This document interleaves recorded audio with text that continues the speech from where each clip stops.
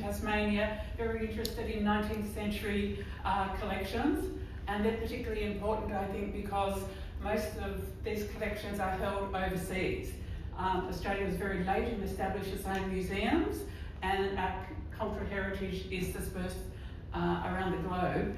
And I'll be talking as well about the project that Michael mentioned about the great exhibitions, but I'm very interested in all the unprovenance objects that are lying in collections with their potential unrealised. So I'm going to show a couple of key points and then give some examples. So moving on. So my key points are that most collection data records pre-2000 are created from paper, and they're incomplete, they're full of errors. Collections from any one place, such as Milingimbi, are often located in many states or overseas, so we need to be looking for national solutions. Museums find it difficult to work together and have separate protocols, we've discussed, and also records are split between organisations. For example, the National Museum of Australia might have objects, and I actually have the field notes, and never the two shall meet. This is more issues to collection data. So the next one, sorry. This is just one example of objects with a little data, and with some information you can find a complete whole story about an undocumented object. This is in the British Museum. I found it after I left the museum. It was described as a yam spade, and it was purchased at Crossways Museum, Keswick in 1870. That's all it said. None of it was a spade. But if you look carefully, because the image is online, it says a native paddle.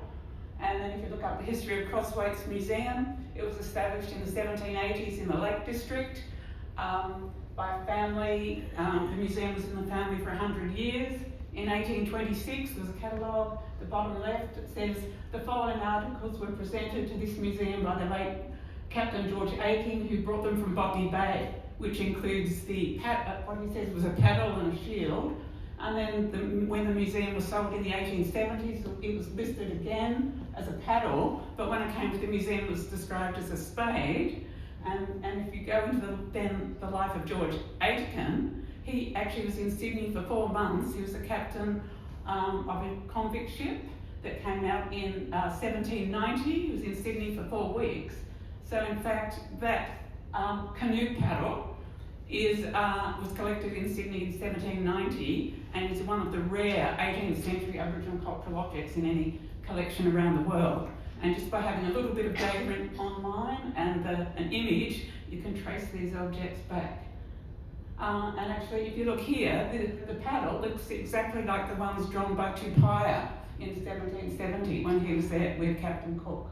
The illustrations are particularly important in identifying these objects. A couple of things I want to show you from the British Museum database where I worked, not because it's perfect, but I find them very helpful to be able to bring up a range of objects, type of object or objects from one place, and to actually see the image and the basic records and then click for further information. And it's almost impossible to do that in any museum in Australia apart from an art museum. And then just with another example here, you can also, which is really important, if you look at the far left, it says download results. So whatever you're interested in, you can sort and then download the results into an Excel spreadsheet and use them in any other system that you want. And that's, if you're doing research, that's amazingly helpful. Also too, Indigenous knowledge is held not only in art or anthropology museums but natural history. When I was at the Smithsonian, I happened to look at their bird catalogue, and it had these birds and eggs collected at Cape Barren Island. If you looked online, it said Cape Barren Island, unknown collector. But because they put the register at bottom right online, if you read this fine print, it says collected by the school children at Cape Barren Island, 1911, and that was an Aboriginal reserve. And if you read the newspapers, it's the whole story of how the Aboriginal school children collected these birds and eggs and sent them with the American consul as a gift to the Smithsonian.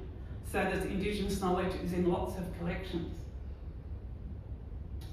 Just further on a project I'm working with Michael, We estimate now there's probably over 2,000 objects distributed around the world from the great exhibitions, and we're trying to match up from all the catalogues from 1851 to 1939, what were the objects sent, where are they now, and what's missing.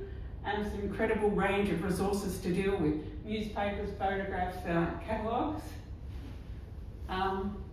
Interesting about protocols. This is a bit of a publicity blurb for a book coming out next month, Collecting the West, another project I was on, and that's an exhibition photograph. And if you look carefully at bottom left, you can just make out some spears at the bottom on the wall. Can you see those? We wanted to use that photo on the cover of the book, and the holding library said, this image contains Indigenous intellectual and cultural property.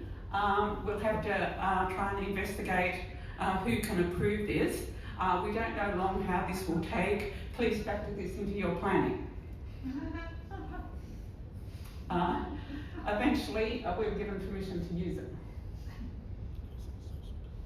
It's amazing, all the detail, as Michael mentioned, it's in the catalogue. Also too, in some areas, the objects are listed. It varies a lot from state to state.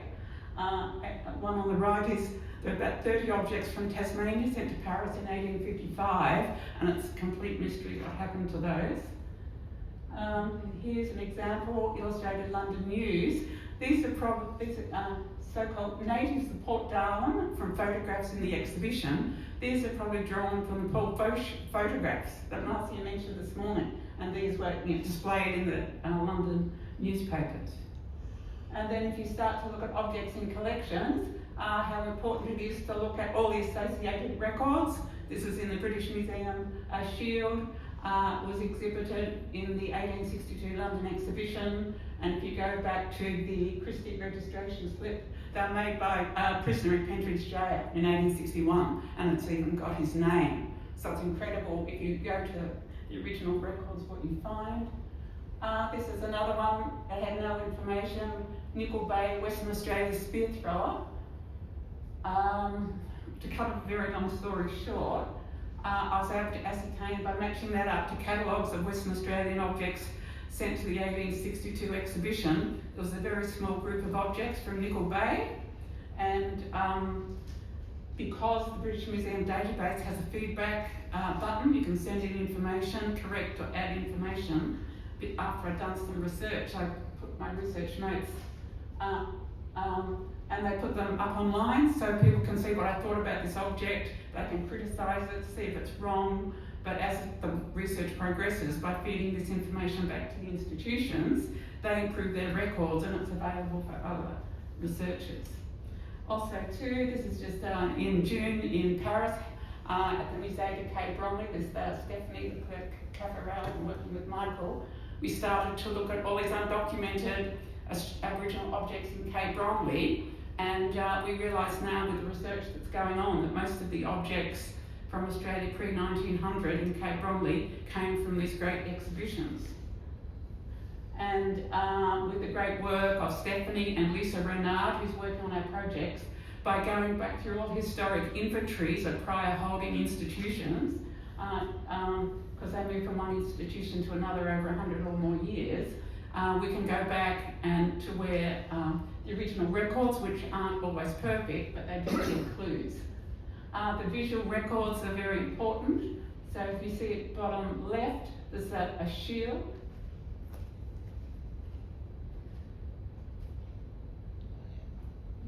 That image is in the State Library of New South Wales, Victoria. And then, by chance, the top one ended up in the British Museum in 1891. And there's other shields there that you can see in other photographs, and you begin to work out what exhibition they came from and what date. And here, there's also differences between the French and the English catalogues. The French catalogue, in this case from 1867, had illustrations that weren't in the English language ones. And some of these objects that were in Paris in 1867 went from probably Richmond River, to London where they were shipped, then to Paris, then from Paris they were auctioned, Some ended up in Salisbury, England.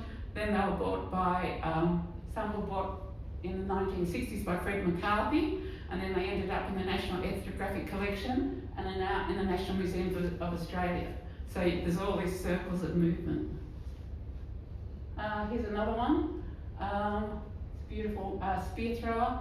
We think probably came from 1878 Paris in the Musée de Cambronne. And this one here, it was only registered in 1948. It says South Australia or Murray, but if you look, now we know more about the donor, probably came from 1878, and who sent objects from Western Australia, South Australia, and I think that was part of a donation from the Mount Gambier Institute. So there's just so much information can be gained by going back through all these records. Just to finish off, two big initiatives in the UK that are relevant. There's a free museum data service that's trying to match up all museum data records across the UK. It doesn't include images, but it has links back to all the different organisations. And for example, here you can search by type of collection or a type of object. I did search for boomerang, and at the moment it's got 344, and then you can click on Science Museum Group and find further information.